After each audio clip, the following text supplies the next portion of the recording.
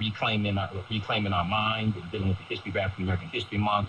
And we'll deal with exposing myths in our history also. I'll deal with was the Black John Hanson president. We'll deal with who was here in this country before Native Americans as well. Because, you know, one of the things last night, Trump talked about this being a nation of immigrants. Well, wait a second, man. First of all, many African Americans were forcibly brought here. He doesn't want to deal with that. But the other thing is, there were African people here even before Native Americans came into existence. So we'll deal with things like that. And one of the most important things is when we deal with Black History Month, or what's now African American History Month, we have to deal with Dr. Carter G. Woodson. Okay, and oftentimes Dr. Carter G. Woodson is not talked about. And he was the co-founder for the Association for the Study of Negro Life and History, which was created in 1915. He was born in 1875 in Virginia. Okay, so he was born 10 years after slavery ended. All right, and he worked on the farm. His parents were former slaves. He didn't go to school formally till he was about 19 years old. All right, but this brother is going to become one of our greatest scholars. He was the second African American person to get a PhD from Harvard. Here's where I'm confused, right? When I look at, you know, tell me the flip-flop in history, because when I look at Carter G. Woodson, you know, and you know, because he went to University of Chicago, you know, and got his, you know, PhD from Harvard. That's after Berea. He gets an undergrad from Berea College in Kentucky, and then he goes and works abroad, and he goes to, you know, different countries. He comes back in about 1907, 1908. To go to University of Chicago to get a master's.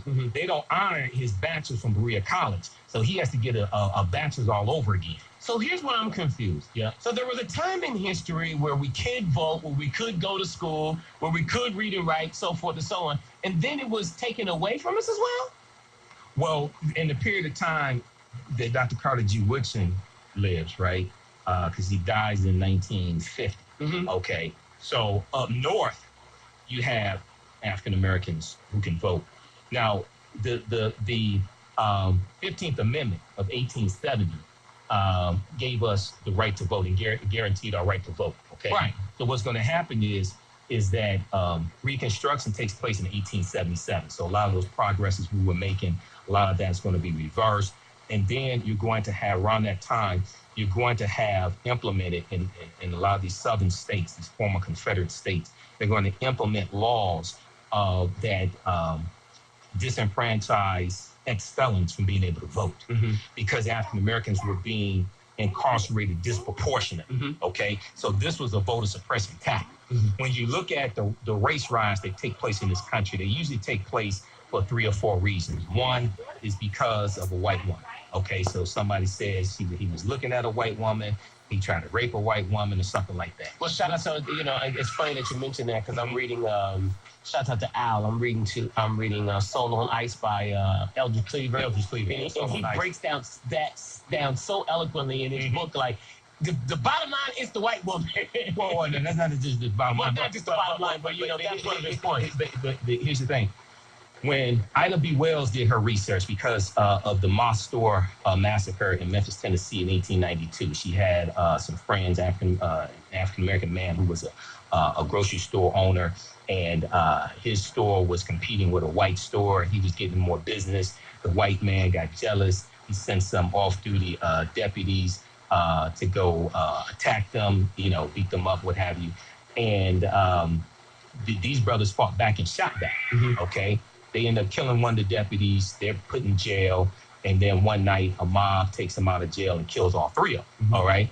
So Ida B. Wells, she's a newspaper editor. She's a writer. You know, she writes about this story, and she starts doing research on lynchings. This is how she gets into the anti-lynching movement. Okay. And we know one of the reasons why the NAACP was formed in 1909, coming out of the Niagara movement of 1905. Was because they were fighting for federal anti-lynching law. Okay, so and also you had the Springfield race riot in 1908 as well. So when she does her research on why these lynchings are taking place, she finds out that a lot of these interactions between black men and white women were consensual. But then her husband found out, her boyfriend found out things like this. She may cry, rape, what have you. Then they go lynching, right? This happened. Also, when you have the Wilmington Massacre of 1898 in Wilmington, North Carolina, you have a newspaper publisher there, Alex Manley.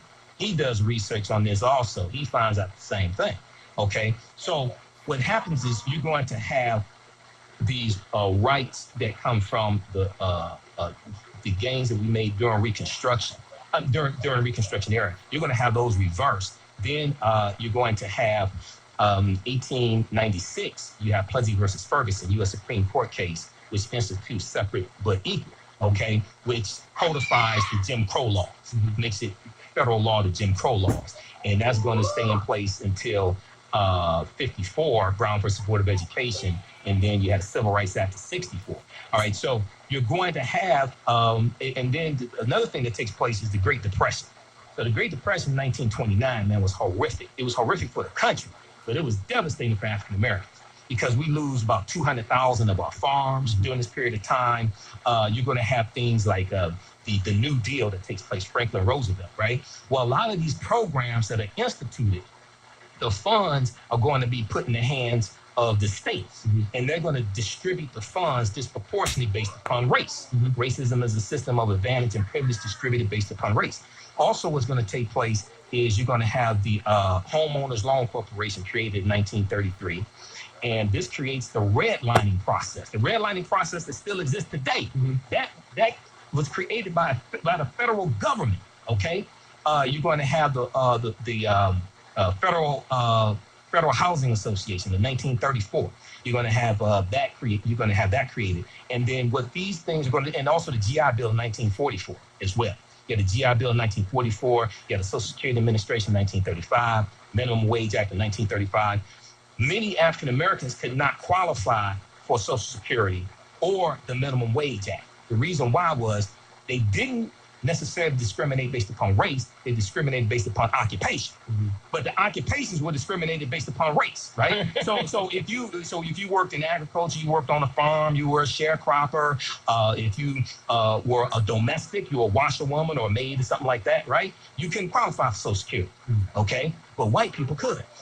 Same thing when it came to the Minimum Wage Act of 1935. The other thing is the impact that the labor unions had, right? So we see a lot of the large labor unions that start right after slavery ends in 1865. National Labor Union, which is one of the large labor unions, that started in 1866, the year after slavery ends. And these labor unions were largely created to protect jobs for white men, to keep African Americans out of these jobs. Why? Because we have been doing these jobs for 246 years, basically for free. There were at least 262 skills, trades, and crafts that African people had in this country from 1619 to 1865. So as long as our labor could be exploited, it was fine. But now, after the 13th Amendment, December 6, 1865 is passed and is ratified and adopted December 18th, 1865, now that we can compete and we have the skills, the majority of the skilled trades we had. Right. And our skills were as good as or many times better than white people. Now it's a problem, okay? Because now we can fill these jobs. So the labor unions were created to lock us out. Now, I know later on, because of the oil industry, we're going to be able to come into the low level of the labor unions. Right. And this is going to help create an African-American class. That's absolutely true, right? I'm talking about before that, though, okay? Right. So you have the labor unions, but when slavery ends,